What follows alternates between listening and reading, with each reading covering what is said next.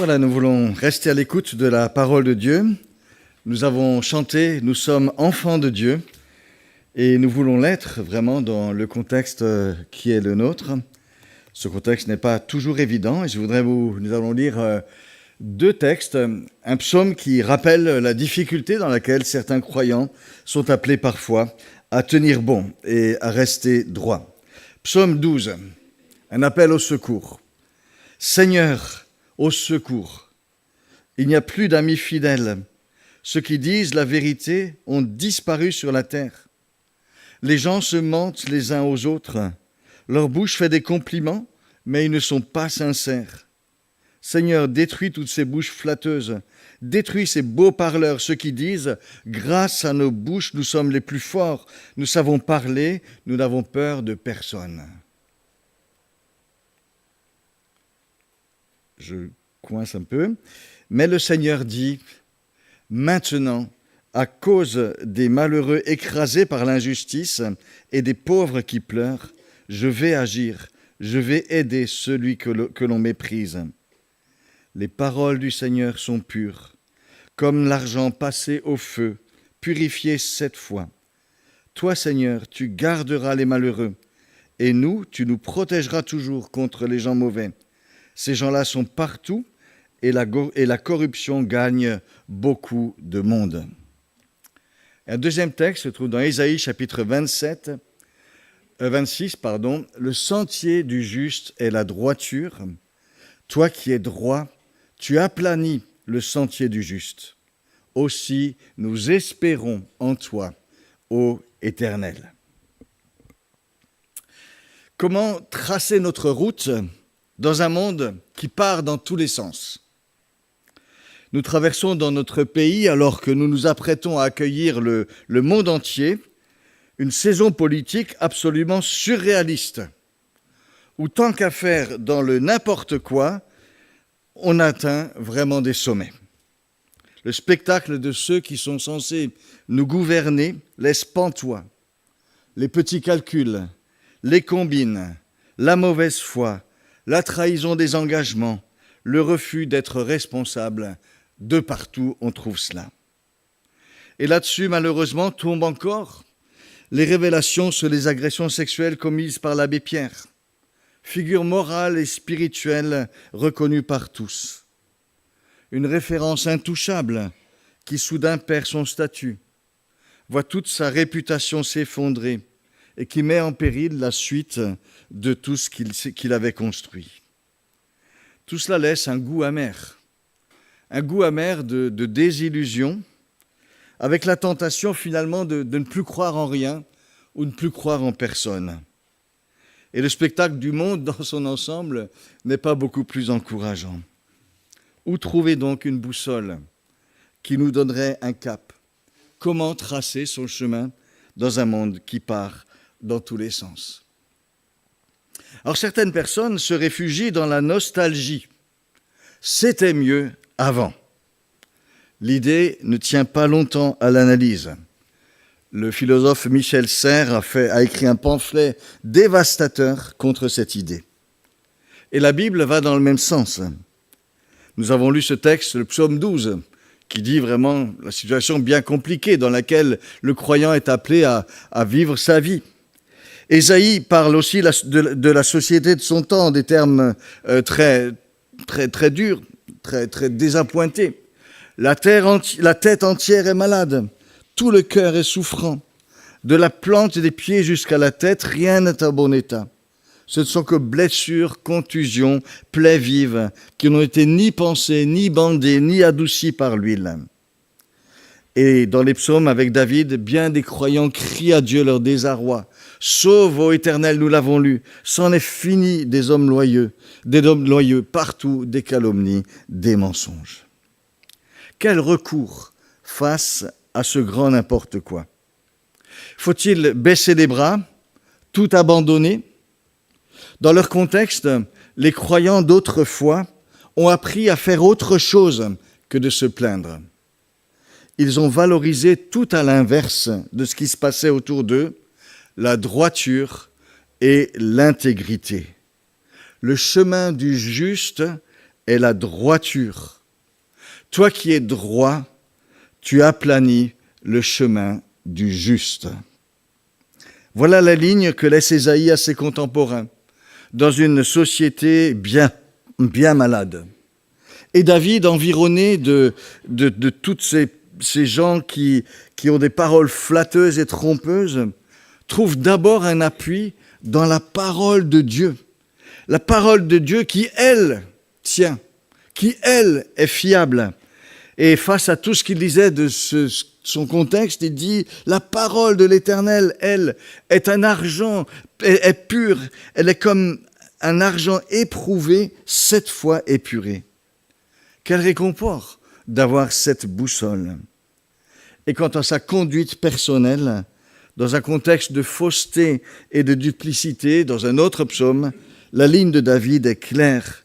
Voilà ce qu'il dit. « Moi, je marche dans l'intégrité, mon pied se tient dans la droiture. » Un mot sur cette posture de fermeté dans un monde décevant. Il y a là une décision personnelle de ne pas se laisser décourager ni démoraliser par le contexte ambiant. Au lieu de baisser les bras, on se renforce plus encore dans sa disposition à faire le bien, à être intègre, à vivre une vie droite. Il y a bien des débats aujourd'hui sur le rôle des chrétiens dans la société et dans la sphère publique. Les uns pensent que le poids de la société est si fort que la foi chrétienne, finalement, doit s'adapter et se fondre dans la culture pour rester audible aujourd'hui. D'autres considèrent au contraire que pour préserver sa pureté, la foi chrétienne doit s'impliquer le moins possible dans les affaires du monde et se vivre dans l'entre-soi pour se protéger des influences mauvaises. D'autres encore optent pour une stratégie de conquête.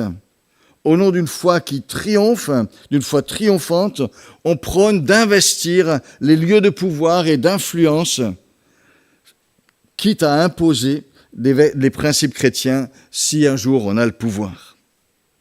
Enfin, une dernière ligne de conduite invite les chrétiens à assumer le fait qu'ils sont assumés, qu'ils sont insérés dans une culture, dans un monde très complexe, mais en disant que le rôle des chrétiens est de manifester au sein du cadre dans lequel nous appartenons, de manifester une identité forte et riche de ce que nous croyons.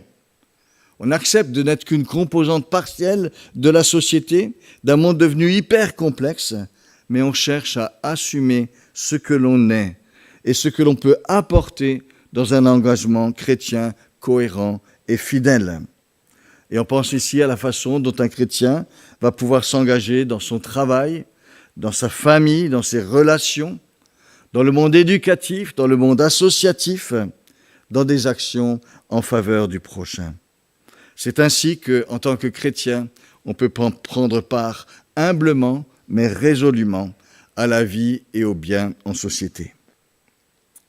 Et c'est, me semble-t-il, la démarche qui a été celle de David dans son contexte, et après lui, de tous ceux qui se sont appropriés ces paroles.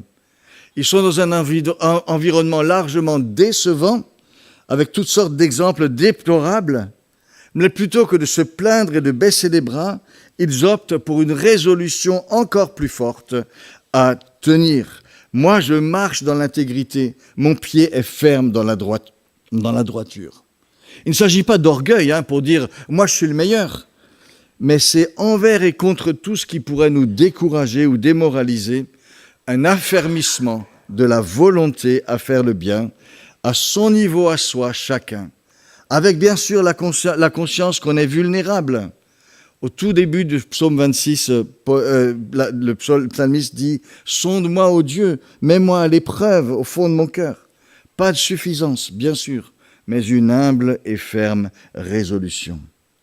Et je nous propose un petit peu cette approche des choses face au triste spectacle politique dont nous sommes témoins, qu'il nous pousse sans aucune suffisance à veiller d'autant plus sur nous-mêmes pour raffermir dans un engagement résolu, un engagement résolu pour ce qui est bien, pour ce qui est juste dans le concret de nos lieux de vie et d'action. Une posture ferme face à un monde décevant. Ayez, dit l'apôtre Pierre, une belle conduite au milieu de ceux qui ne connaissent pas Dieu. La conduite proposée par les textes que nous avons lus s'exprime par deux mots, la droiture et l'intégrité. Le chemin du juste est la droiture. Toi qui es juste, tu aplanis le chemin du juste. Moi, je marche dans l'intégrité et mon pied est ferme dans la droiture. Ces mots ne désignent pas une action ponctuelle, mais plutôt une ligne de conduite que l'on suit. Ce sont des marqueurs de personnalité. Tout le monde est capable d'un coup d'éclat à un moment donné. Mais tenir une ligne, c'est autre chose. Et quand on dit de quelqu'un, c'est quelqu'un de droit, ou c'est quelqu'un d'intègre, c'est la marque d'un caractère, le bilan d'une ligne, le bilan d'une conduite. Et en général, cela force le respect. Dans la Bible, les hommes droits sont appréciés, sont valorisés. Pensons à cette parole de Dieu à l'égard de Job. As-tu remarqué, mon serviteur Job, il n'y a personne comme lui sur la terre. C'est un homme intègre et droit, qui craint Dieu et s'écarte du mal.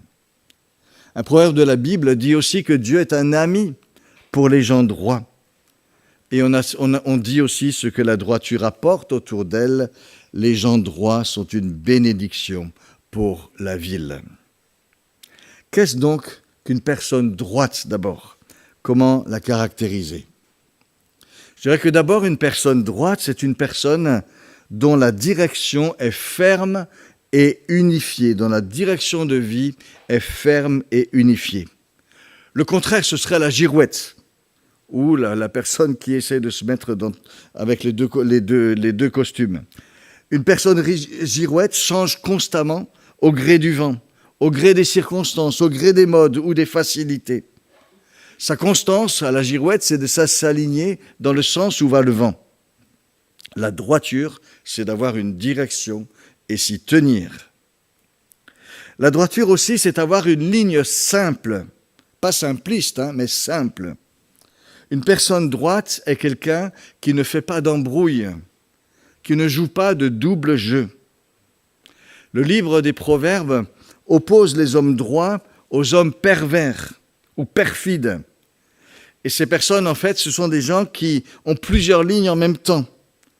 Grâce à cela, elles brouillent les cartes et cachent leur jeu. On dit une chose, mais en fait, ça masque autre chose. Et à la deuxième ou à la xème ligne souterraine, on découvre des choses qui peuvent être complètement tordues parfois.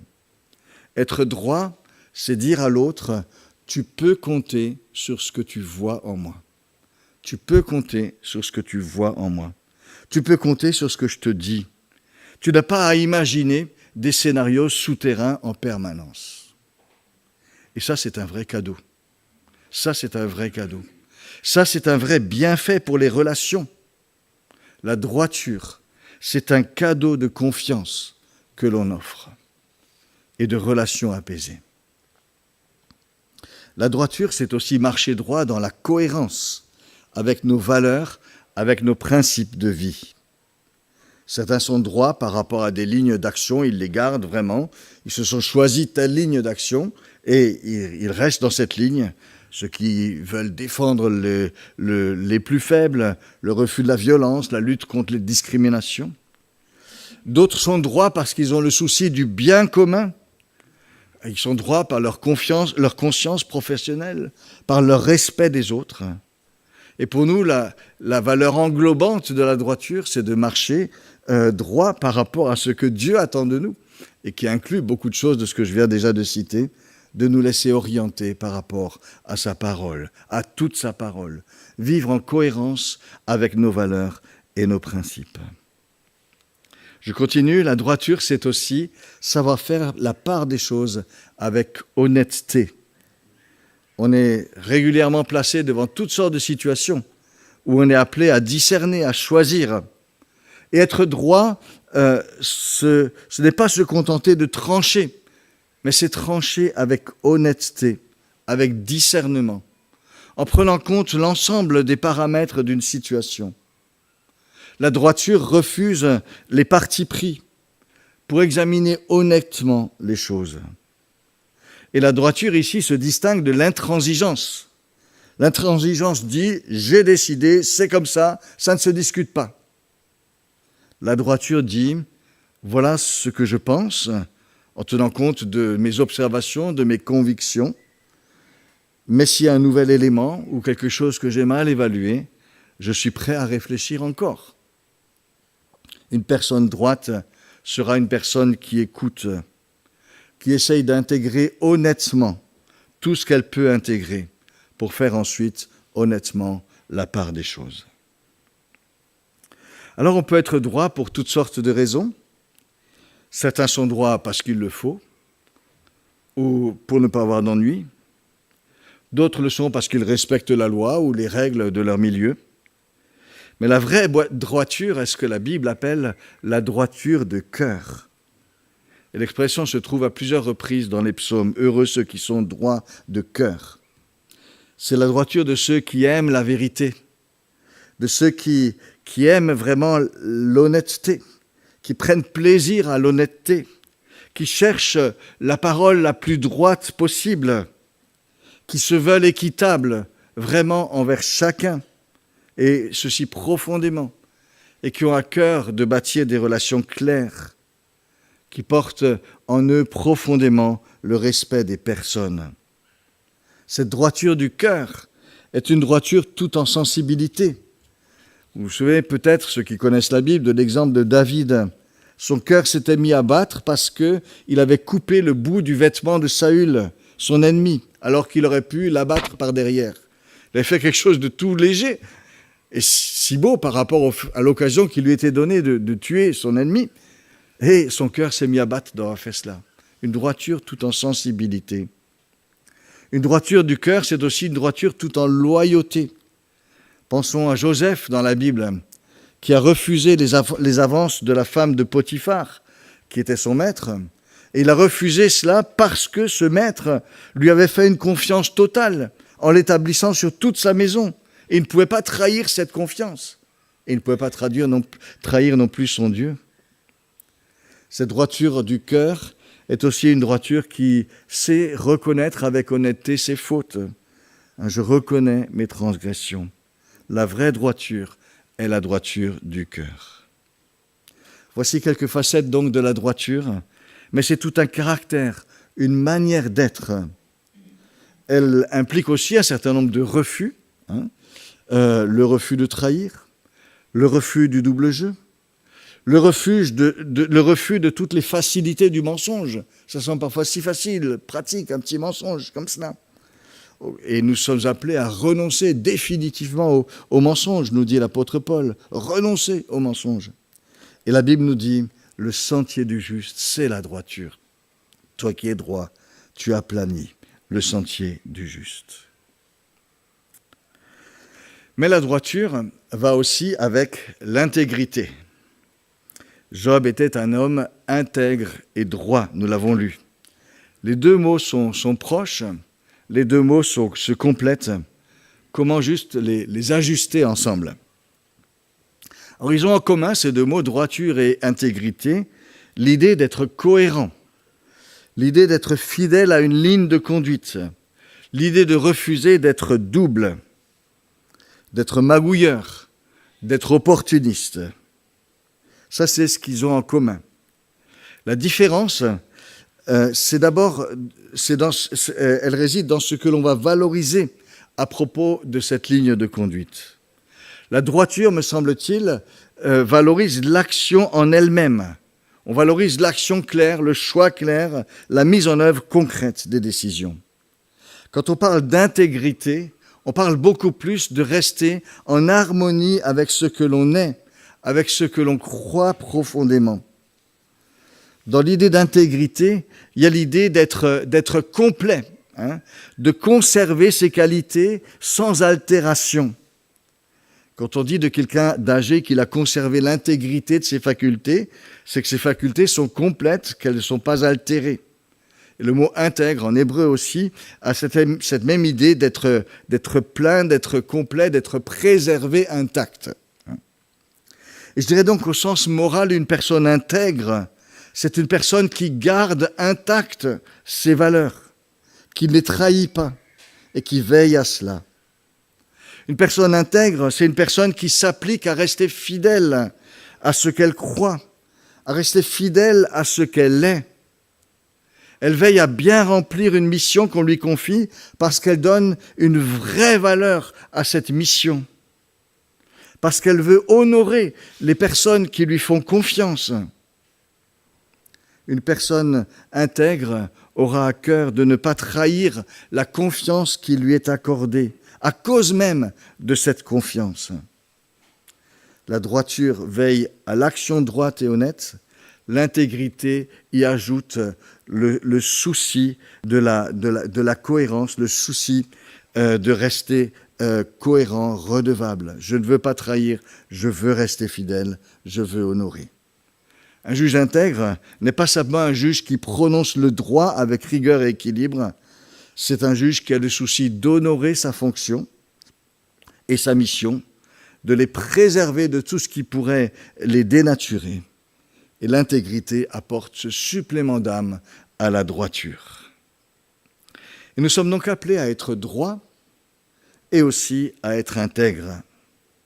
Nous sommes appelés à faire ce qui est juste, c'est la droiture, mais aussi à veiller sur notre identité en tant qu'enfant de Dieu, pour y être fidèle, pour qu'elle ne soit pas corrompue. Nous avons chanté, nous sommes enfants de Dieu. C'est une identité aussi à préserver, à vouloir préserver dans notre conduite de tous les jours. Et cela, c'est l'intégrité.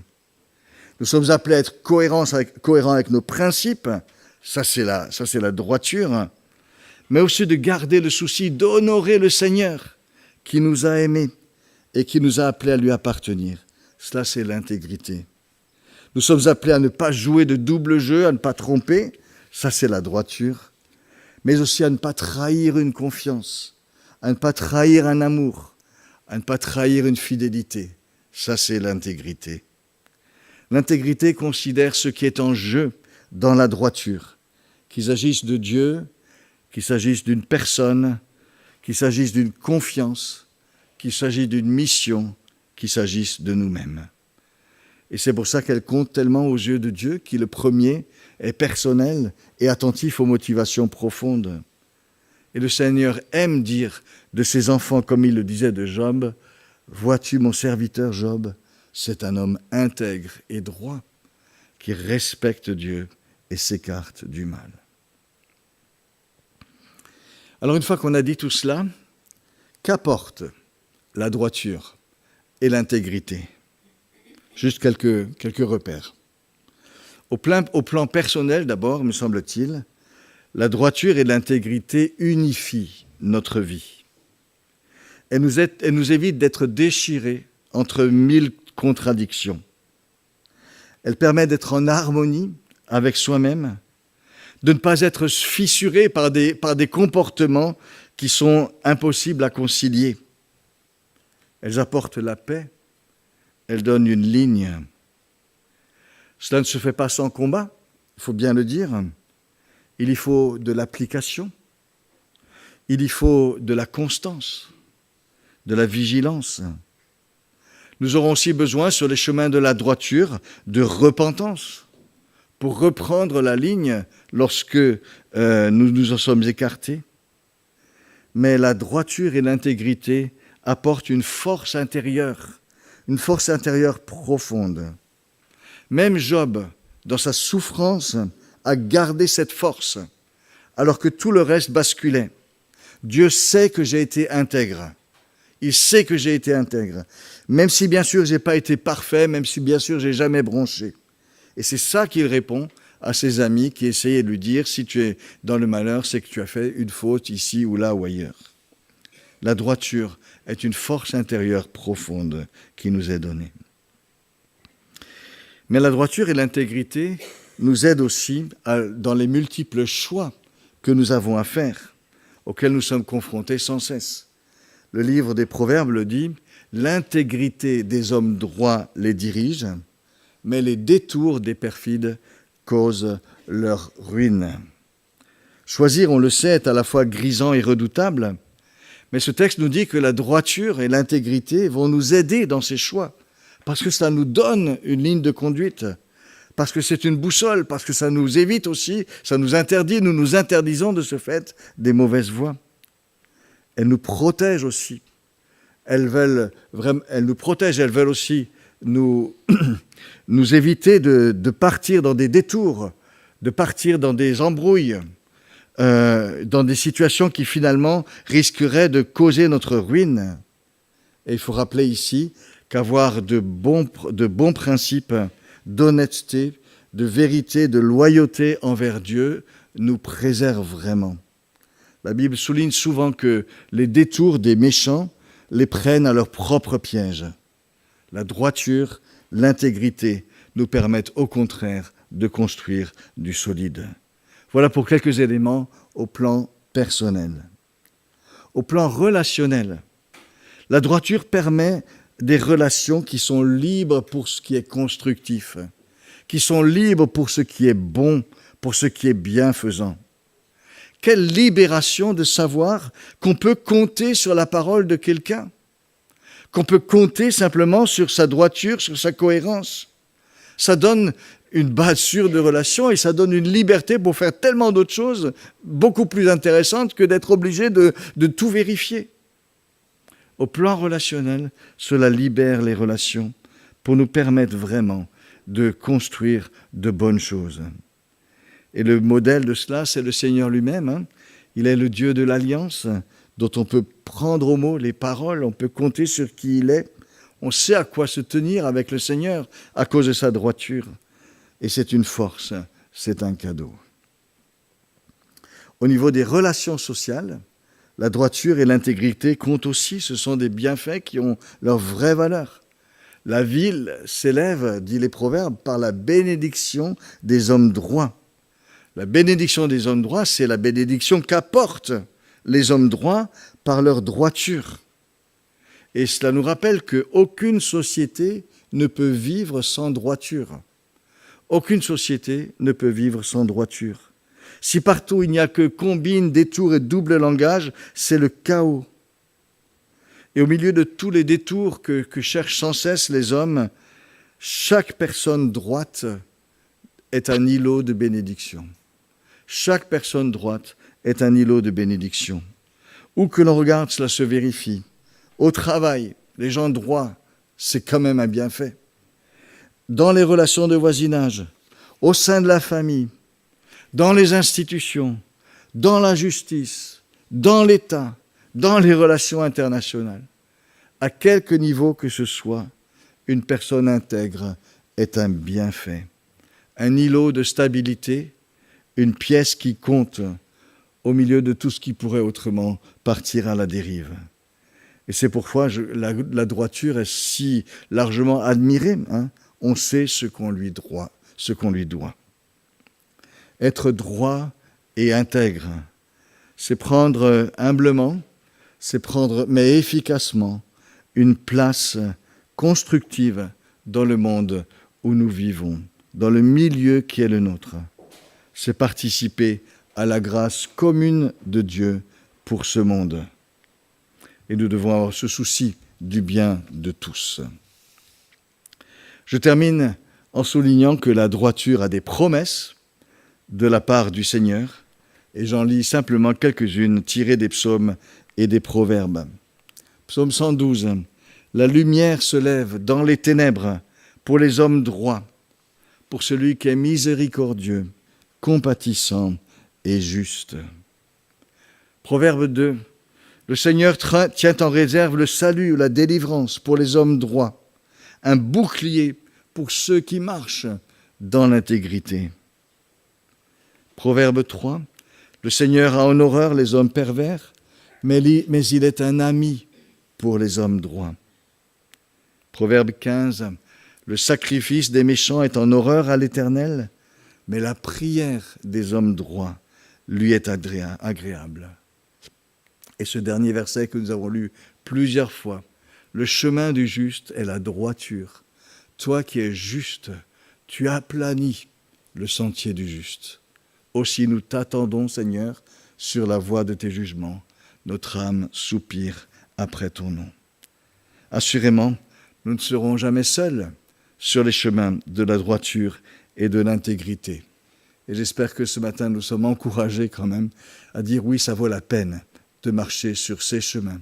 Que le Seigneur nous en donne la force, le soutien, la joie, et que nous puissions être ainsi des îlots bienfaisants là où nous nous trouvons par cette attitude que nous prendrons. Amen.